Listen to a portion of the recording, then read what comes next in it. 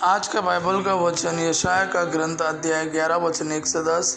दूसरा वचन संत पौलुस का रोमियो के नाम पत्र अध्याय 15 वचन 4 से 9। और आज के सुसमाचार संत मत्ती के अनुसार अध्याय 3 वचन 1 से 12। यशाया का ग्रंथ अध्याय 11 वचन 1 से 10। यशे के धड़ से एक टहनी निकलेगी, उसकी जड़ से एक अंकुर फूटेगा। प्रभु का आत्मा उस पर छाया रहेगा, प्रज्ञा तथा बुद्धि का आत्मा, सुमति तथा धैर्य का आत्मा, ज्ञान तथा ईश्वर भक्ति का आत्मा। वह प्रभु पर श्रद्धा रखेगा। वह न तो जैसे तैसे न्याय करेगा और न सुनी सुनाई के अनुसार निर्णय देगा। वह न्यायपूर्वक दीन दुखियों के मामलों पर विचार करेगा और निष्पक्ष होकर देश के दरिद्रों को न्याय दिलाएगा। वह अपने शब्दों के डंडे से अत्याचारियों को मारेगा और अपने निर्णयों से कुकर्मियों का विनाश करेगा। वह न्याय को वस्त्र की तरह पहन लेगा और सच्चाई को कमरबंद की तरह धारण करेगा। तब भेड़िया मेमने के साथ रहेगा, चीता बकरी की बगल में लेट जाएगा।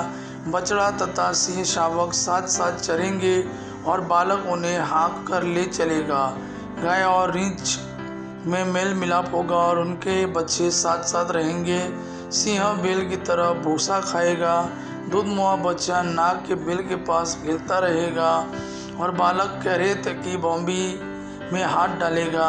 समस्त पवित्र पर्वत पर कोई भी न तो बुराई करेगा और न किसी की हानि, क्योंकि जिस तरह समुद्र जल से भरा है उसी तरह देश प्रभु के ज्ञान से भरा होगा।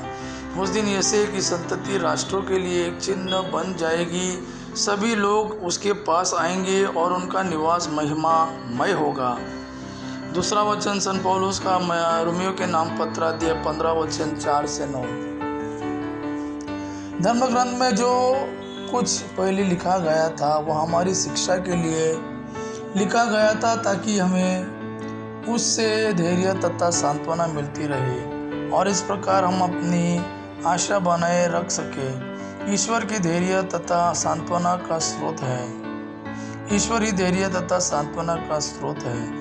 वह आप लोगों को यह वरदान दे कि आप मसीह की शिक्षा के अनुसार आपस में मेल मिलाप बनाए रखें, जिससे आप लोग एकचित होकर एक स्वर से हमारे प्रभु यीशु मसीह के ईश्वर तथा पिता की स्तुति करते रहे।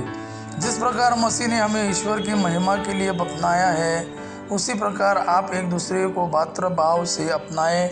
मैं यह कहना चाहता हूँ कि मसीह इसलिए यहूदियों के सेवक बने कि वह पूर्वजों को दी गई प्रतिज्ञाएं पूरी कर ईश्वर की सत्य प्रतिज्ञता प्रमाणित करे, और इसलिए भी कि गैर यहूदी ईश्वर की दया प्राप्त कर उसकी स्तुति करे, जैसा कि धर्म ग्रंथ में लिखा है।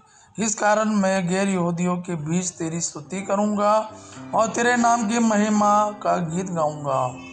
आज का सुसमाचार संत मत्ती के अनुसार अध्याय 3 वचन 1 से 12।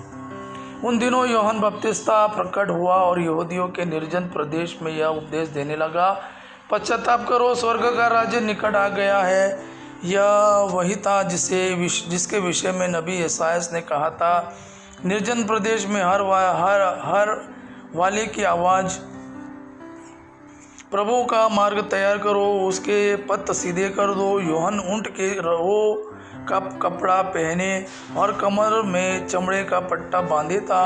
उसका भोजन तिड़िया और वन का मधु था। यरूशलेम, सारी यहूदिया और समस्त यरदन प्रांत के लोग यूहन्ना के पास आते थे और अपना पाप स्वीकार करते हुए यरदन नदी में उससे बपतिस्मा ग्रहण करते थे।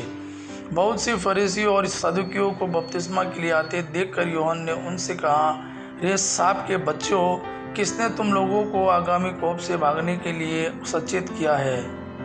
पश्चाताप का उचित फल उत्पन्न करो और यह न सोचा करो हम इब्राहिम की संतान हैं। मैं तुम लोगों से कहता हूँ, ईश्वर इन पत्थरों से इब्राहिम के लिए संतान उत्पन्न कर सकता है। अब पेड़ों की जड़ में कुल्हाड़ा लग चुका है। जो पेड़ अच्छा फल नहीं देता वो काटा और आग में झोंका जाएगा। मैं तो तुम लोगों को पानी से पश्चाताप का बपतिस्मा देता हूँ, किंतु जो मेरे बाद आने वाले हैं वह मुझसे अधिक शक्तिशाली है। मैं उनके जूते उठाने योग्य भी नहीं हूँ। वह तुम्हें पवित्र आत्मा और आग से बपतिस्मा देंगे।